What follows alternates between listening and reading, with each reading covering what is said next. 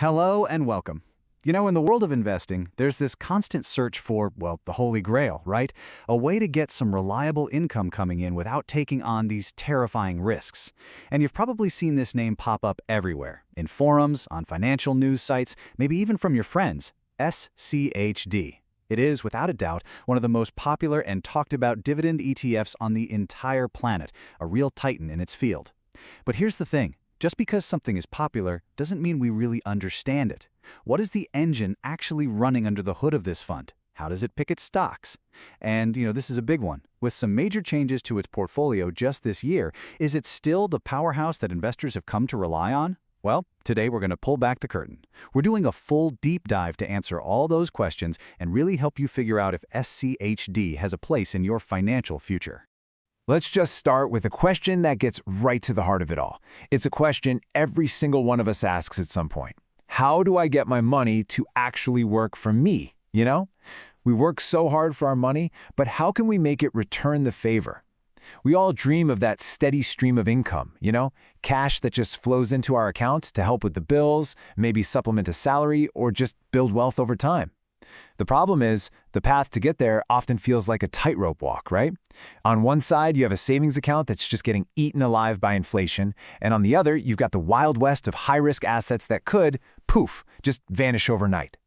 This is the fundamental challenge, finding that sweet spot, balancing that desire for real returns with the need for security and, frankly, peace of mind.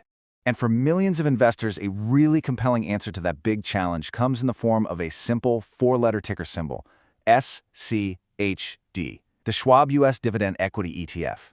This fund has grown from just an idea into a multi-billion-dollar cornerstone in so many people's portfolios. But what's the story behind its incredible success? Is it just hype, or is there a truly robust strategy at its core? In this explainer, we're going to do more than just pull back the curtain. We're going to pop the hood, take apart the engine piece by piece, and see exactly how it works and what really makes it tick. Okay. We have a lot of ground to cover, so let's quickly lay out our roadmap. First up, we'll dive into the quest for income, just to understand why funds like this are so popular. Then, we'll officially meet SCHD, breaking down all the basic facts you've got to know. After that, we get to the really important part, SCHD's quality-first strategy. This is the secret sauce. Next, we'll dig into the very recent 2025 portfolio shakeup to see what's new. Then it's all about the numbers in performance, yield, and cost. And finally, we'll wrap it all up with a balanced look at the risks and final thoughts. Let's get right into it. So let's start with the fundamental why. Why are we even talking about this? Well, in a world where the cost of everything from groceries to gas just seems to be going up and up, that search for reliable income is more critical than ever. A traditional savings account might feel safe, but with inflation, the money sitting there is actually losing its buying power every single day. And bonds, the other traditional income source, they can get really complex and sensitive to interest rate changes. This is the exact environment where dividend-paying stocks and the funds that bundle them all together start to look incredibly attractive. They offer this potential two-for-one deal. You've got the chance for the stock's price to go up over time, and you get a regular cash payment, a dividend, sent right to your account just for owning it. And that brings us perfectly to the star of our show today, SCHD. So what exactly is this fund that has become such a household name for income investors? Let's peel back that first layer and break down the absolute fundamentals. Okay, first, a really quick refresher, just in case anyone is new to this. SCHD is an ETF, which stands for Exchange Traded Fund. And honestly, the best way to think about an ETF is like a shopping basket. Imagine you're at the stock market supermarket. Instead of picking just one item off the shelf, like a single share of Apple or Coca-Cola, an ETF lets you buy a pre-packaged basket that's already filled with dozens, sometimes hundreds of different stocks, all with a single click. And this is so powerful because it gives you instant diversification. If one company in that basket has a bad quarter, it's cushioned by all the others. It's a really fundamental way to manage risk and avoid putting all your eggs in one basket. So now let's look at the specifics for SCHD itself. It's been on the market since 2011, so it's got a nice, long established history. But look at the assets it manages, over $71 billion. To put that into perspective, that's more than the entire economy of some countries. That number alone represents a massive vote of confidence from investors. But what are they buying into? Well, its goal, as stated right there in its official documents, isn't just to find any company that pays a dividend. No, its mission is to track an index of high-quality U.S. companies that have a proven history of not just paying, but consistently growing those dividends. And that word quality, that is the most important word you need to know to understand this fund. It's the key that unlocks its entire strategy, and we're about to see exactly why. All right, let's get into the engine room, because this is what truly sets SCHD apart from the crowd. You see, there are hundreds of dividend ETFs out there. A lot of them do something very simple. They just look for the companies with the absolute highest dividend yield and they buy them.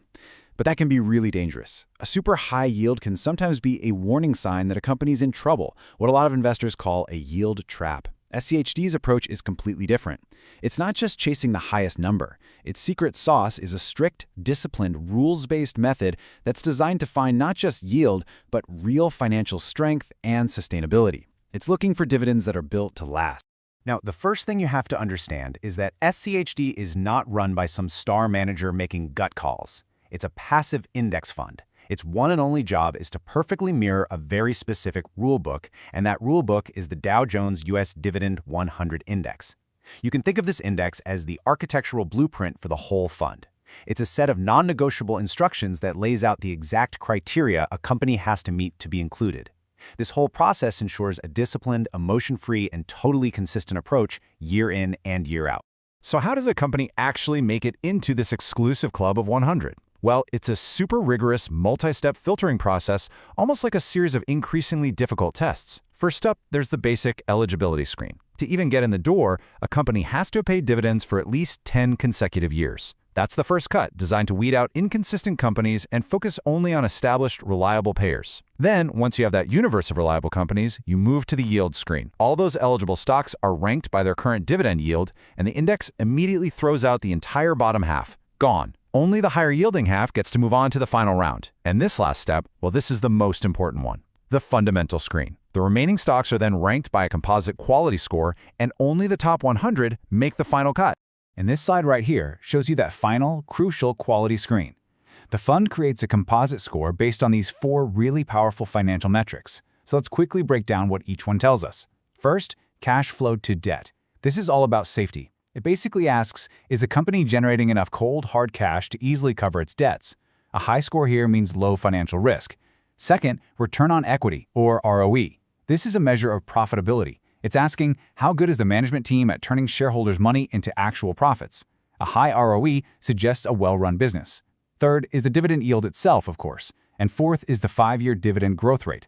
This looks backwards, as the company consistently increased its dividend payments over the last 5 years. By combining scores from all 4 of these areas, the index gets this holistic 360-degree view of a company's financial health.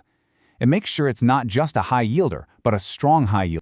Now, a common misconception about index funds is that they're just set-it-and-forget-it portfolios that never change.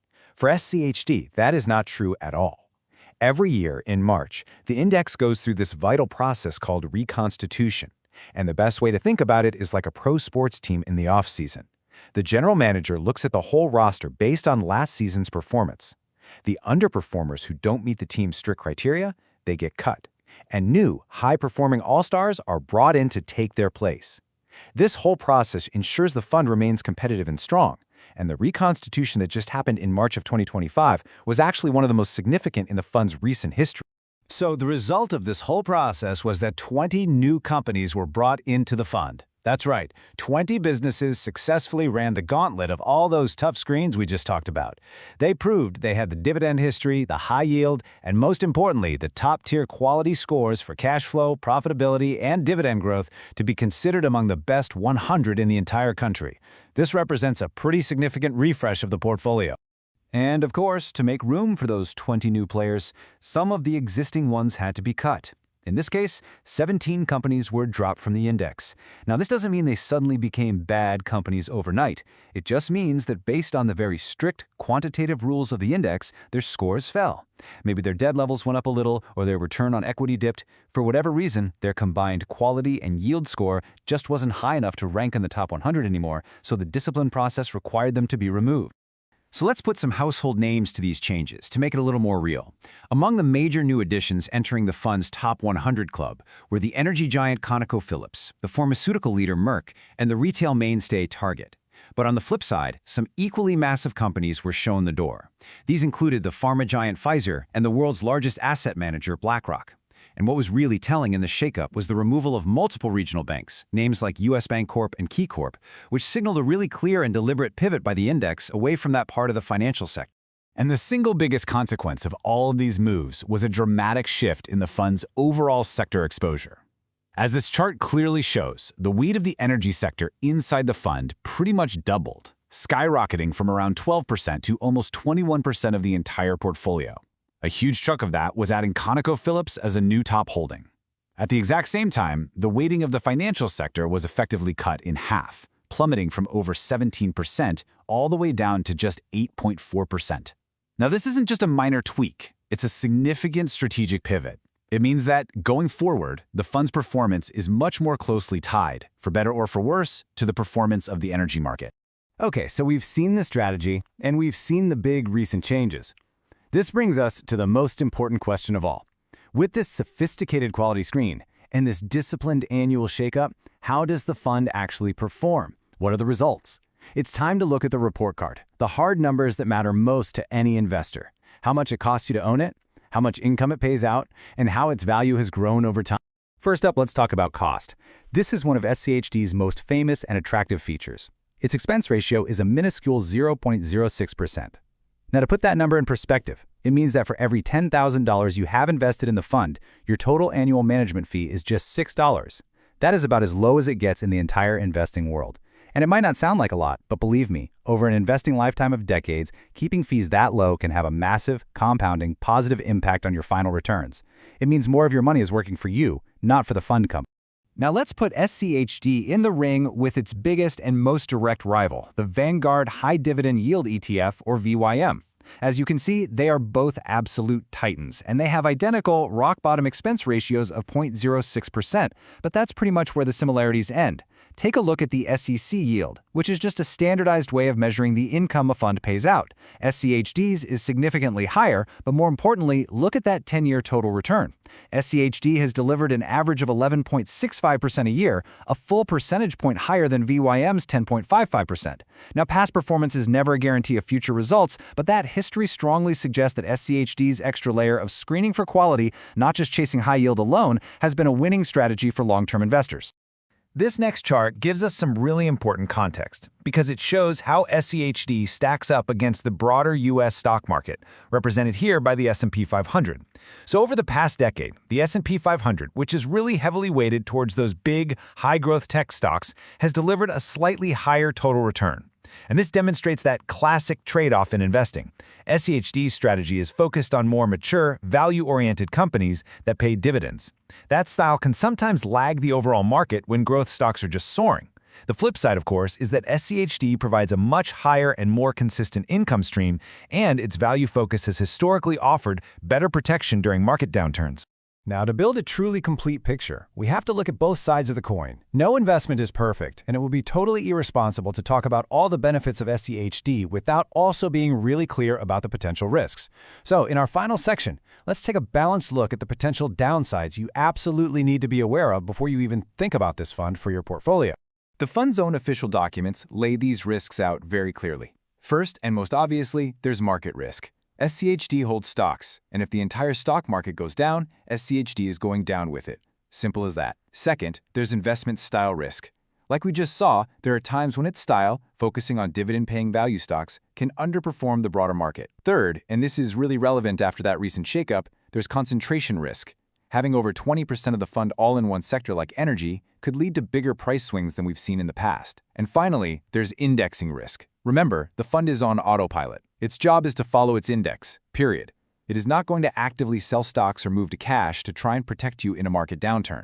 This quote from an analyst at Dividend Chronicles really sums up the expert consensus perfectly. Because of its very specific focus, it only holds large, US-based dividend-paying companies, and its current heavy concentration in sectors like energy, SCHD is probably not the best choice as a standalone do-it-all investment.